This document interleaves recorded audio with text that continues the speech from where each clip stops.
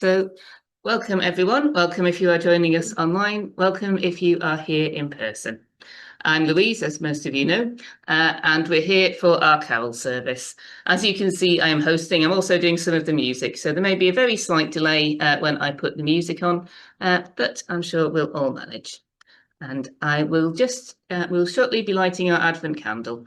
So whilst I get the reading up for that, may I ask everyone, if you've got an order of service, please just turn to the last page. If you're online, I'm going to put the order of service into the chat.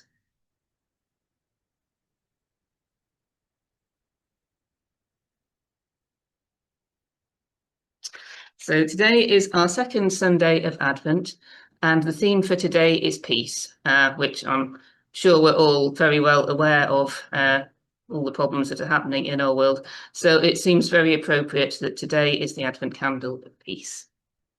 So you will see that there are some readings that if you have a look on the order of service, there's some text in black. And if you would like to read that out when I reach that point, you're very welcome to do so. But first. So here we are on the second Sunday of Advent. In the settle and stir of a burnt orange sunrise, in the lilting laughter or memory of a table full of friends, in the flash of clarity that turns on the light of insight and leads us towards wisdom, we find the peace that passes all understanding. But there are things we need to understand. Help us hear you in the stories of those who struggle. Peace is what the prophets foretold. Peace is what is sacrificed when profit takes precedence. We light a candle for peace and pray for the courage to stand up for it. And I will now light our candles.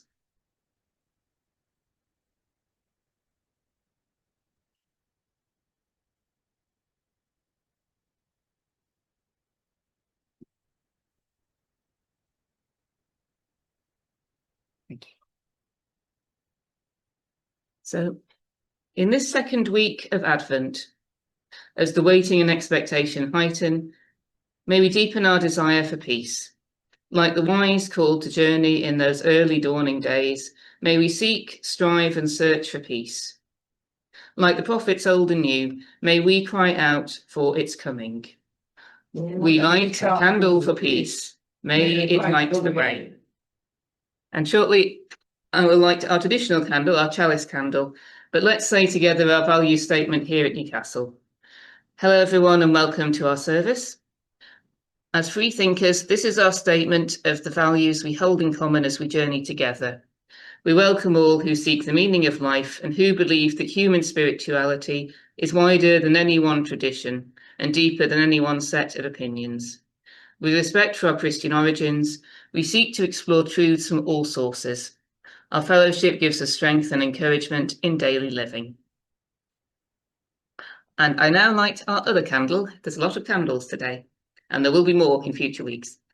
So we will light our chalice candle to greet the winter solstice and shed its glow on the hinge of the year.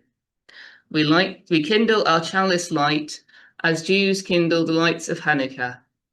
May all lights burn for freedom and the rights of conscience. We kindle our chalice flame to welcome Christmas almost come, King of the seasons all.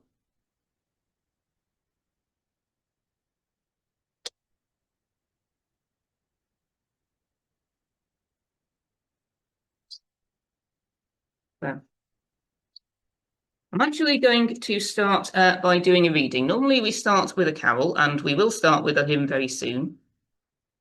But first, I'd just like to do a little bit of history about the carol we'll be singing together soon, which is Deck the Halls. So I'm also going to just very quickly put the song sheet into the chat for the folks online, since I imagine you might all like to sing along with us. Admittedly, I think everybody probably knows the words to Deck the Halls, and if not, you can do the traditional thing of just joining in on the fa-la-la-las, but it doesn't hurt to have the words, does it? Deck the Halls is a Christmas carol that dates back to the 16th century. It wasn't always associated with Christmas, however. The melody actually comes from a Welsh winter song called Nos Galan. You can see that I didn't attempt a Welsh accent there. There will be occasion for other accents during the service, and I will not be attempting any of them. The first time Deck the Halls was published with English lyrics was in 1862, and in a book called Welsh Melodies Volume 2, featuring Welsh lyrics by John Jones and English lyrics written by Thomas Oliphant. So Oliphant was actually a Scottish songwriter and author who was responsible for many popular songs and writings.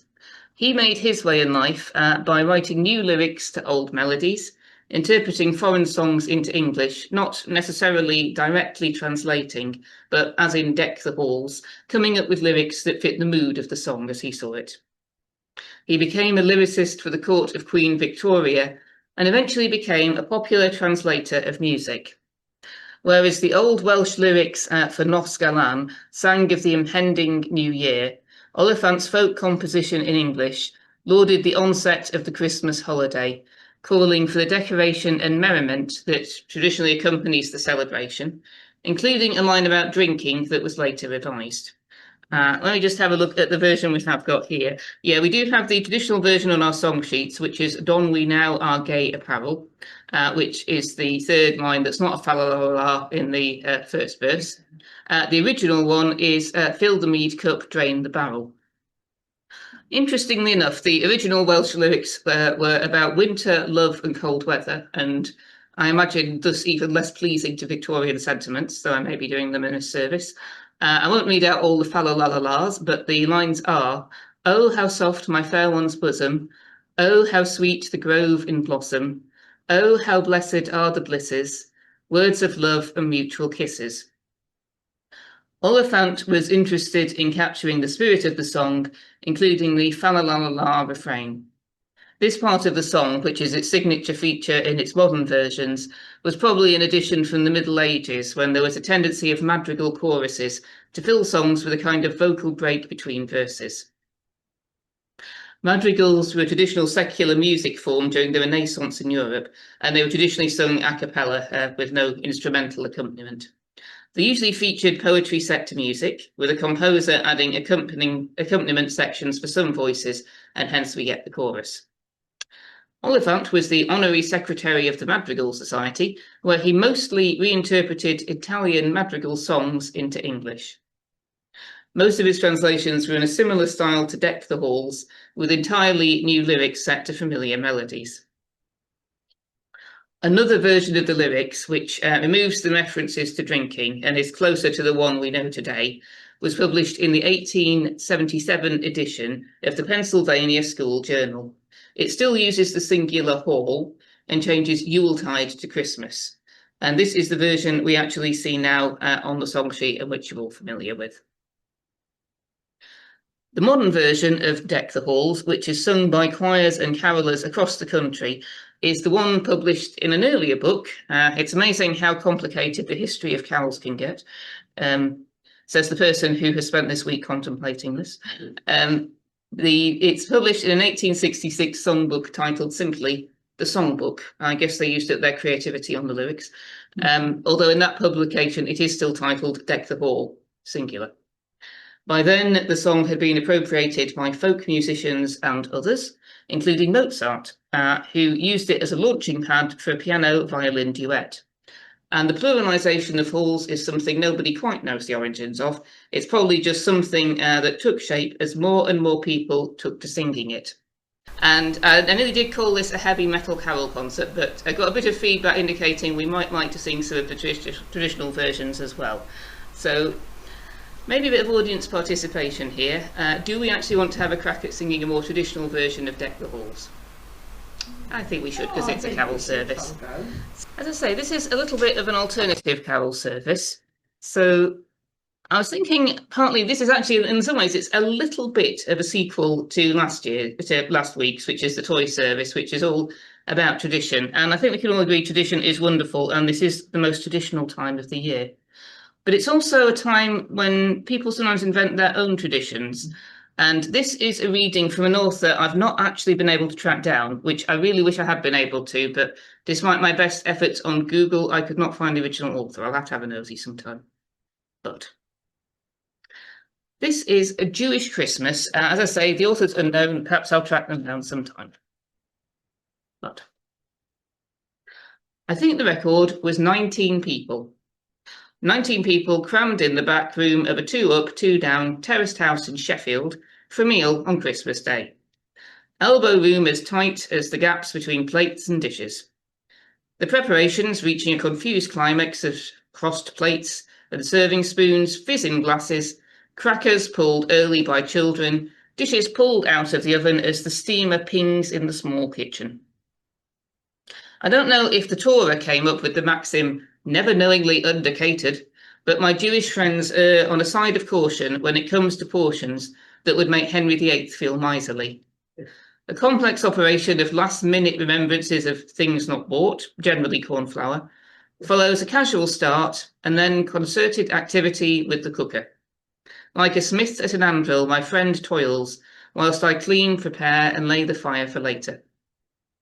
The cornucopia, so produced, has the added complexity of diversity. Half maybe will be vegetarian, a quarter just picky. Most wait to see the latest experiment in making sprouts palatable. Then there are dietary customs, obviously no pork, but also dairy and meat cannot be had together, leading to some inventive mashed potato. Strangest of all for me, especially in this vegetarian household, was the arrival one year of the kosher turkey brought over the Pennines from Manchester. I am not certain how something is made kosher, but there it sat, bulky and somewhat rudely, next to the demure traditional nut roast. Typical Mancunian, I thought, but it tasted good. Now, obviously, Jewish people do not observe Christmas. There are no decorations, presents are relegated to a lucky dip, cards received are bundled together. Because Sheffield is a right-on kind of place, and I am often not, I like to thumb through them to find those which try to negotiate the whole Jewish Christ thing. Cards like Happy Winter Festival. Just buy a card with a robin on, I think. Maybe the menorah will still stand on the mantelpiece, the fresh residue of wax, massing the parking of Hanukkah a few days before that. But other than that, it is as per the rest of the year, all except for that meal, that gathering. The people gathered at that table have changed many times over the 20 years since my friend founded this tradition. Many have moved on, some have passed on, some have been brought into the world. The baby that once slept on her father's stomach as he himself snored peacefully in an armchair are now represented in photos of their new lives. A gangly teen on a Cornish beach, a pasty placed in front of her mouth like a big smile, miles away from this Yorkshire city under the grey sky of Christmas Day. Some come for 1 or 2 years only, into arms outstretched to save them from a Christmas spent alone. They arrive nervous and leave loved by the simple gift of companionship.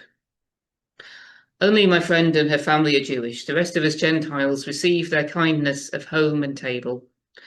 The irony of this is irrelevant, for what we have in common is a certain sense of, how to put it? Exclusion, maybe. That's too strong and pretentious, but there is a sensitivity to the noise of the season, of its conformity, a need to turn that noise down or off altogether. More accurately, it's about creating your own Christmas Day. Christmas in Britain is a time when the normal run of life stops creating a hole that must be filled, no matter what your background or situation. My friends fill it with their natural gift for hospitality. It's like an extension of the traditional Friday night dinner. That the day ends up looking very much like a normal Christmas Day is a pleasant irony. But it makes me wonder what Christmas is now in this diverse country of ours, and how its light finds its way into every corner of it. So we are encompassing quite the gamut here, from heavy metal to the King's College and Nat King Cole. Throughout the years, we have a great many traditions for Christmas music, as for everything else. So part of our tradition also is to take a few moments to reflect, maybe think of others, and think of what our world needs at this moment. And before we have some time for silent prayer, I'd like us to do a short Advent meditation by Reverend Tony McNeile, who is a long-term friend of our congregation and a Unitarian minister. So let us take a moment to be calm, sit peacefully, and listen to these words by Tony. Let us go on a spiritual journey. Let us leave the darkness that is around us and the darkness that is within our souls, and head for the light ahead towards the sun that is to be reborn. At our journey's end, the sun's light will grow and shine on the world and bring it back to life. It will shine too in our hearts and renew our spirits. It's not enough to wait in the darkness and only hope. Good pilgrims, prepare. Whilst it's still dark, let us begin to clear our spirits of the shapes and shadows of the past and the present, the sorrows and the heartaches that have haunted our dreams. We know that each one has a reason to be there. We have memories of them. In our preparation, let us first become reconciled to them. There may be losses and disappointments that we are reluctant to let go of because they still hurt us. It's not easy always to let them go. There may still be a smouldering anger from some injustice or slight that we've received. Our spiritual journey gives us time to face each one of them as we prepare for the coming of the new light. We can emerge healed and cleansed to face the seasons of warmth and growth. As we prepare for our journey, let us gather together all the good memories, the rays of happy moments still glowing, the feelings of love, the gifts that touched as smiles, when friends understood how we felt. As we travel, let us rummage through this happy bag and end each day with a grateful prayer. May it be so. Amen. That is indeed a very old carol. And a lot of people now forget that the rest part of that is intended more in the sense of be in a state of rather than actual rest. So, as I said, this is something of a sequel to last week's service, in which I spoke about the power of tradition. And carol services, of course, are a long tradition in our congregation, as in many others. But as we celebrate, as we heard earlier, not everyone does carols in a traditional fashion. So we've heard one heavy metal carol earlier. I do have one more I'd like to share, and let me get this one going. As I said, I'm not going to play the full version of that. You can certainly find it online if you want to, but it was interesting to me that there is this tradition of heavy metal carols. I'm well aware that heavy metal is not everyone's thing, but you might well be wondering why. In a service about traditional and non-traditional music, why do I include that piece by Django Reinhardt, and how on earth does it fit in with the musicians you just heard there? If you're wondering, that's Black Sabbath. The singer is Ronnie Dio, and the guitarist is Tommy Iommi, of whom much more later. Pretty much every community, culture or movement has a founding myth. And by myth, I don't necessarily mean something that isn't truth. The Great Ejection of 1662, which is the founding of our own movement and many other nonconformists, the arrival of the Pilgrim Fathers in America, Martin Luther nailing his theses onto the church door, these can all be reasonably well documented. When I say mythical, I don't say that because they're untrue. I say it because they speak to some element of greater truth, of character, of something that says this is who we are. Heavy metal too has its founding myth, and it's about a story about the man we just heard playing guitar, who, if you're interested, was wearing a very large silver cross, along with all black and a leather jacket, because heavy metal. Tommy Iommi is the lead guitarist of Black Sabbath, one of the three bands formed in 1968 who are regarded as the founders of heavy metal. The others are Led Zeppelin and Deep Purple, and he's often called the man who invented heavy metal. We've just heard his style of playing, and that's what people think of, I think, when they think of heavy metal.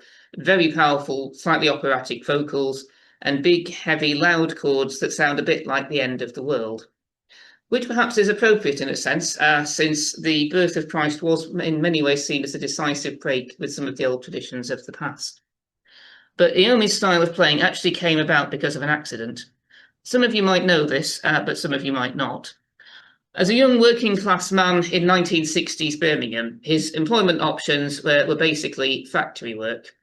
Age 16, he was, actually no, 17, but he was a very young man. He was working in a sheet metal factory when an accident there caused him to lose the ends of the fingers on his right hand, which would be a horrible thing for anyone and an absolute disaster for a guitarist. He was completely distraught and he considered giving up playing until, in his words, his friend who also worked at the factory came round and said, "Listen to this guy play." And I went, "No way.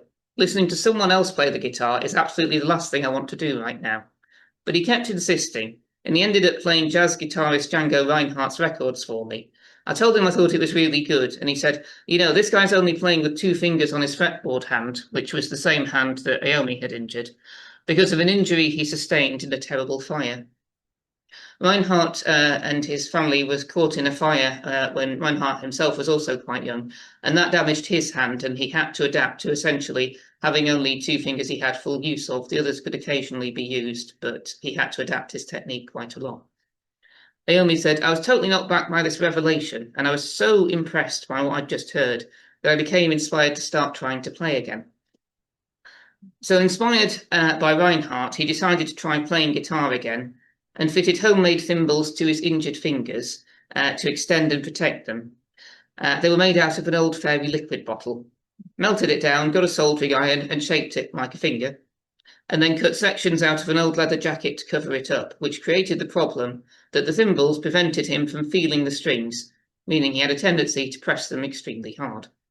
Later, he also began to tune the guitar down to lower pitches, sometimes as far as 3 semitones below the standard guitar tuning, because slackening the strings made it a little easier for him to bend them. And it also creates a big, heavy sound, which is the signature sound of heavy metal. So I've always really rather liked heavy metal carols. And sometimes, as we heard in our reading about a Jewish Christmas, traditions can evolve from necessity. They can also evolve due to a rejection of earlier traditions.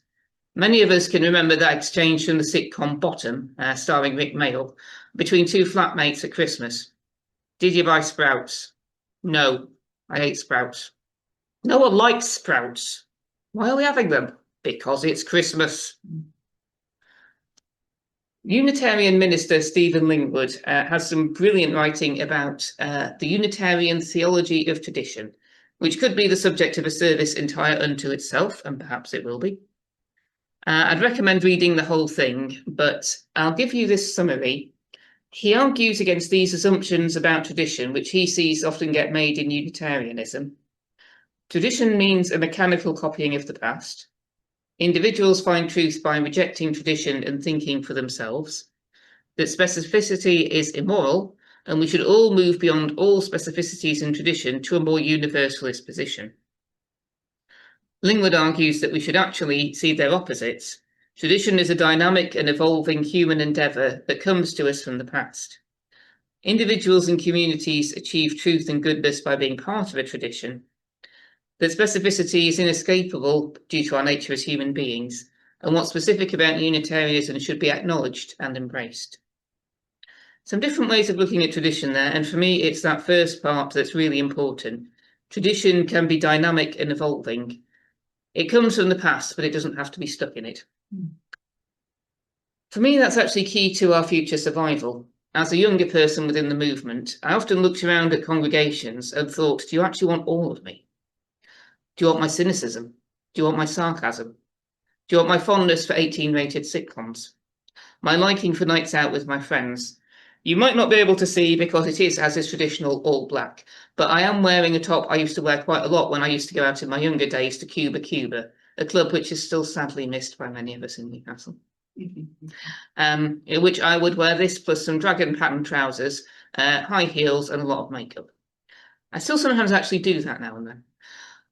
Do I have to cut bits of myself off in order to try and fit in? If so, increasingly in this world, people simply won't come. And so we reach the final inspiration for this service, the Metal Methodists, whose founder, James Morley, writes, "I'm a metalhead. I love heavy metal music. It makes my soul sing. I love many of the aspects of the associated subculture, people looking how they want to and not how the latest trends say they should look. One can never wear too much black, in my opinion. But my experience on occasions has been that for some Christians, all this metal and darkness is all something that is either of the devil or certainly should not be let anywhere near an act of worship. But if we believe that darkness and light are as one with God, which is Psalm 139, verse 12, perhaps there is a place where metal and Methodism can meet. Out of these reflections emerged Metal Methodist and Metal Compline, a place where people who like heavy music, people interested in spirituality, people looking for mutual support, or maybe all three, could gather regularly as seeking to live out the Methodist way of life. Over the years since I founded it, I've learned that this isn't about Christian alternatives to heavy music or constructing Christianized versions of these things. Rather, for me, it's been about a deeper discovery of the divine who is within us and ahead of us, out there and in others. It's been about discovering the God of the margins in people who are asking serious spiritual questions and offering critiques of mainstream faith, history, and what it means to believe. So at this very traditional time of year, I'd like to repeat Stephen Lingwood's comment about tradition being dynamic and evolving, as well as being inescapable. Sometimes our traditions can put people off and might need to change and evolve. We have the tradition of the Advent wreath, which unfortunately you can't see if you're online. I'll try and get a picture of it and share it soon, perhaps on next week's order of service. But that's relatively new. Last week, we had our toy service, and in the reading David read then, we heard how that dates back from 1951 in our congregation. Traditions are continually being added, changing, being renewed, being a response to circumstances like the Jewish Christmas we heard earlier, changing to meet new needs and new ways society looks at things, as Deck the Halls has gone through so many different evolutions. Sometimes it's a decisive break with the past, and sometimes that's forced upon us, whether it's being expelled from the mainstream Christian movement when the Book of Common Prayer came in, whether it was the Israelites being conquered in Egypt, whether it was the birth of Christ, whether it was so many things, whether it was the sale of our own building, to make it very, very specific. Sometimes our traditions are gone and we have to make new ones. And sometimes we have to ask ourselves, what do we want to keep? What values do we have? What do we share? And what do we want to take forwards? If we really welcome all, we need to be a broad church in the best sense, not so broad that we've got no standards, but broad enough to be a movement of differences. Some of us love Django Reinhardt, some of us love Nat King Cole, some of us love Tommy Iommi, and whilst we might not always want to play them all together, or at least not all the time, especially at this time of the year, let's remember the message and the tradition brought by the man whose birth we celebrate in December. Love one another as I have loved you, and all the rest will follow. And as we always do, I will close out our service by putting out our chalice candle with these words by Reverend Cliff Reed. May wisdom and generosity be ours in the season of anticipation, passing through its busy days with love in our hearts, wonder in our souls, and light in our minds. As this Advent season continues, may it be so. Amen.